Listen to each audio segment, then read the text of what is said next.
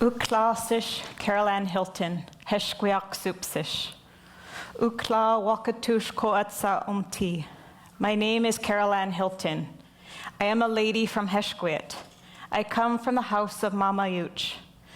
My Nuchanoth name from the Heshquiat nation means big sister, from a line of the oldest woman. I would like to acknowledge the traditional territory of the Wasanich people. I would like to acknowledge the original songs and ceremonies of this land. I would like to acknowledge the creation story of this place, of the high-ranking ladies, our elders, the original governance system of here, of this land, and the traditional language of here. I acknowledge the pathway here that brought you and I together today. I am the first generation out of residential school. I am deeply influenced by this and uphold this as a responsibility. My life has been an exploration of what does this mean? What responsibility do I have? What do I have to say? I believe at some point my ancestors saw what was happening. The oncoming onslaught of residential school, the oncoming onslaught of civilization, that establishment of residential schools, of reserve systems, of our children being taken away, of disease, of addictions, violence, and a changed way of life. I believe they saw these changes and prayed for our continuance as people. And in these prayers, they set the intention of our people to live free. And I always ask myself, what struggles do I have today that come anywhere close to what my parents or what my grandparents experienced? I grew up in the shadow of alcoholism, addictions, violence, and while never saying much about me or who I am, this is about changing that story. While raised in the foster care system, my family was deeply fragmented because of residential school. My mother had 5 children, all in care. My parents died violent, unnecessary deaths, far too young, taken with them a whole generation of grandparents for the grandchildren that are here today. I have brothers and cousins meeting them in jail for the first time. I live in terror of being a statistic. But what kind of story do I want to tell? Of hopelessness, anger, addictions? My story is about putting the fragments together, about becoming whole again, about changing this story. I remember as a young child thinking, when I grow up, I want to be happy. At a young age, I believed education was the only escape. So I learned, and I learned, and I learned, and I found my voice. I reconnected with my birth family at a young age. I found my mother, my grandmother, my uncles and aunts. While some had passed on before I came home, I remember my grandmother, meeting her, holding my hands and looking at me and saying, "Welcome home. Welcome home to yourself. Do you know who you are?" I became a mother at a young age, terrified. I'd never held a baby. Well, I would like to acknowledge my daughter, Cecilia, who's here today. We did it, girl.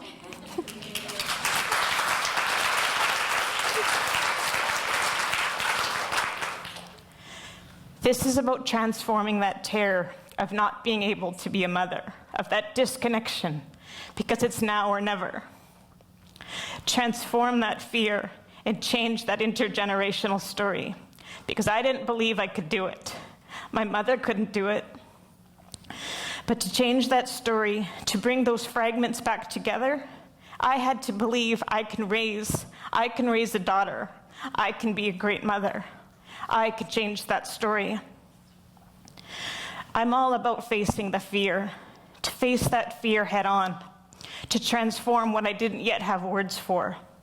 So I wrote and produced a CD for my daughter called Mother and Child.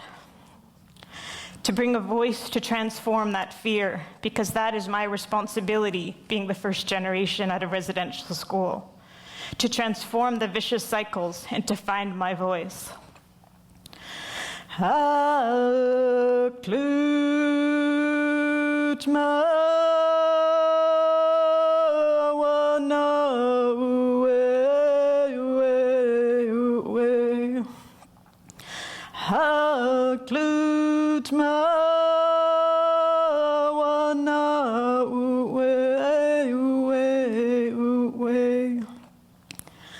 This is the expression of love with the intention to heal, to live in wholeness for my daughter, for myself, for my mother, for my grandmother. The transformation of that fear, the fragmentation of my family, of my reality. This is an expression. To do this, to transform that fear, I had to reach deep into possibility. What can I make possible? So I build the platform. I have something to say. For anyone raised in care, there's a dull, thudding, resounding, aching emptiness that pounds in your chest, fills your mind, and follows you in your lifetime. A dull, aching emptiness. I felt and lived in this emptiness until a moment of profound reflection came that answer to my own question. How can I be happy? I am responsible for filling that hole, that emptiness.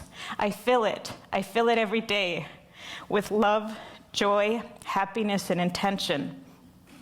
I've never felt empty since, because it's me who fills the emptiness. It's my responsibility. I'm responsibility for filling that myself, filling that empty space with happiness. My purpose is to be happy. I believe my ancestors prayed for our continuance as people, to live happy, love fully, and live whole. There's a story in our culture of a double-headed sea serpent. A sea serpent is a gruesome and frightful sight. The story goes, if you come across a sea serpent, you have two choices. You can run away in fear, but you will run forever. Or you can stand in your own truth and light. And when you stand in your own truth, the sea serpent sees its other head and collapses into itself. It's time. It's time to stand in our own truth and light. I'm deeply influenced to transform the cycles of intergenerational trauma, to live in happiness and to live on purpose, to live what my ancestors prayed for me, to be free. My operating principles: hold conversations that matter, find my leadership, think for myself, question everything, and leave my comfort zone, much like right now. Well, today, obtaining an international MBA, I'm the CEO of a successful award-winning social economic development company, Transformation International, with my partner, Angel Hunt. I have led the establishment of a new line of thought called Indigenomics, and I currently advise the federal government on the Canadian economy and Aboriginal people. I am inspired by the greatness of my ancestors. I am resilience. Reconciliation is an ongoing process of establishing and maintaining respectful relationship. Through the Truth and Reconciliation, starting in 2008 and finishing in 2015, thousands of survivors all telling their story, telling their truth, with the belief that putting that truth into the light will heal, that we can return to love and love hard enough to change the stories of our past. And out of this commission came in a final report that outlined a set of calls to actions.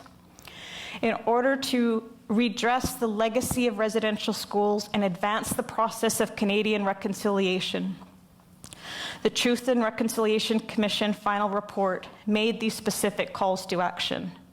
I invite you to read the Truth and Reconciliation final report and calls to action.